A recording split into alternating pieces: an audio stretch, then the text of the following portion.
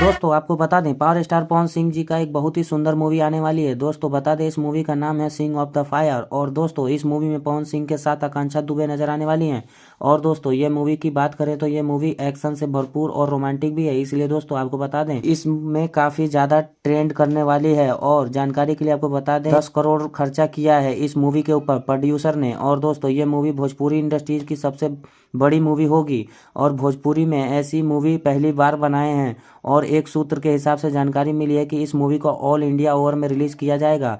पारसनाथ पवन सिंह जी को बहुत ही बड़ा फायदा होने वाला है, क्योंकि पूरे हिंदुस्तान में बहुत ही ज्यादा फैन फॉलोइंग है पावर स्टार पवन सिंह जी का। Definitely power star Pawan Singh के फैंस पवन सिंह का इस मूवी को पसंद करते हैं। और इस मूवी में काफी ज्यादा भयंकर नजर आने वाले हैं पावर स्टार पवन सिंह।